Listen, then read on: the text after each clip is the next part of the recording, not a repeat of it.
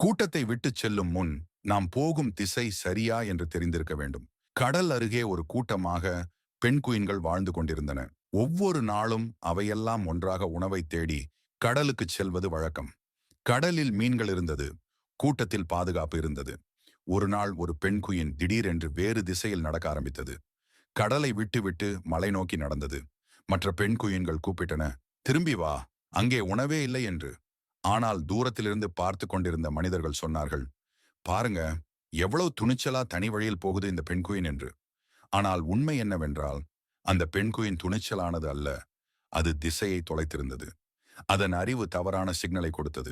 உணவு இருக்காத இடத்திற்கே அது நடந்து சென்றது. சிறிது நேரத்திற்கு பிறகு குளிர் அதிகமானது. உணவு கிடைக்கவில்லை, பாதுகாப்பும் இல்லை. அந்த பெண்குயின் சோர்ந்து விழுந்தது. வேறுபடுவது என்றால் சரியாக இருப்பது அல்ல. கூட்டத்தை விட்டுச் செல்லும் முன் நாம் போகும் திசை சரியா என்று தெரிந்திருக்க வேண்டும். தெளிவில்லாத துணிச்சல் ஆபத்து.